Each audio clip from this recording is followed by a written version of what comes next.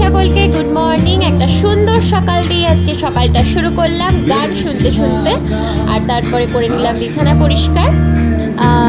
আজকে সকালটা আমার খুব ভালো কেটেছে। খুব আনন্দ করে কাজ করেছি আমি আর আমার হাজব্যান্ড মিলে, খুব ভালো কেটেছে। জানি না, আমার কাছে আজকে আমার সকালটা খুব ভালো কেটেছে। সোজা চলে যাব রান্নাঘরে। তার আগে আমার জামা কাপড় কাচা হয়ে গেছে, ঘরের বাসি কাজ সারা হয়ে গেছে। এখন করে নিয়েছি গ্রিন টি দুজনের জন্য। দেখো, এই গ্রিন টিটা তোমরা ট্রাই করতে পারো, গ্রিন টিটা খুব ভালো, আমি অনলাইন থেকে নিয়েছি। তারপরে আজকে ব্রেকফাস্টে নিয়ে নিয়েছি ছাতু আর মুড়ি।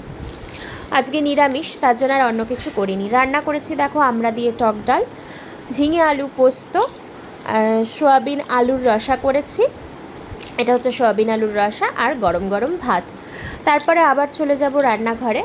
আজকে ছেলের জন্য সেরেলাক বানাবো, হোমমেড সেরেলাক বানাবো। মিন্স সব কিছু একসাথে ড্রাই রোস্ট করে গুঁড়ো করবো। এতদিন সিরিয়াল বাই সিরিয়াল খাওয়াতাম, যেমন মুড়িটা আলাদা খাওয়াতাম, মাখানা আলাদা খাওয়াতাম, চিড়ে আমি খেজুর দিয়ে সেদ্ধ করে আলাদা খাওয়াতাম। বাইরের সেরেলাকও খাওয়াই, বাট খুব কম। এটা হচ্ছে বাদামের গুঁড়ো, দেখো এর মধ্যে রয়েছে কাজু, আমন্ড আর আখরোট। এটা খেজুরটা আমি সেদ্ধ করে তার জলটা ফেলে আমি চিড়ের সাথে দিই, মাখানার সাথে দিই।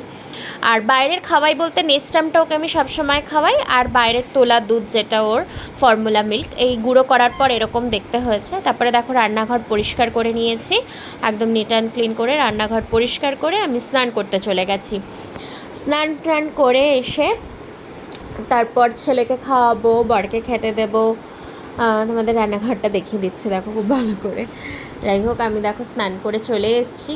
এবার ছেলেকে খাওয়াবো, তার আগে বরের টিফিন গুছিয়ে দিয়েছি, বরকে খেতে দিয়ে দিয়েছি। দেখো ছেলের সাথে একটু খুনসুটি করছি, ছেলেকে বকেছি একটু মিছে মিছে, তাতে কান্না করছে। দেখো একটু বকেছি, তাতে কান্না করছে, দেখো কেমন করে। যেহেতু বাবার কোলে আছে, জানি না বাবা বকবে। তারপর আমি একটু আদর করে দিলাম ওকে, যে না আমি বকিনি তোমাকে, এমনি মিছি মিছি বলেছি। তারপরে ছেলে শান্ত আছে। ছেলের টিপ পড়ানো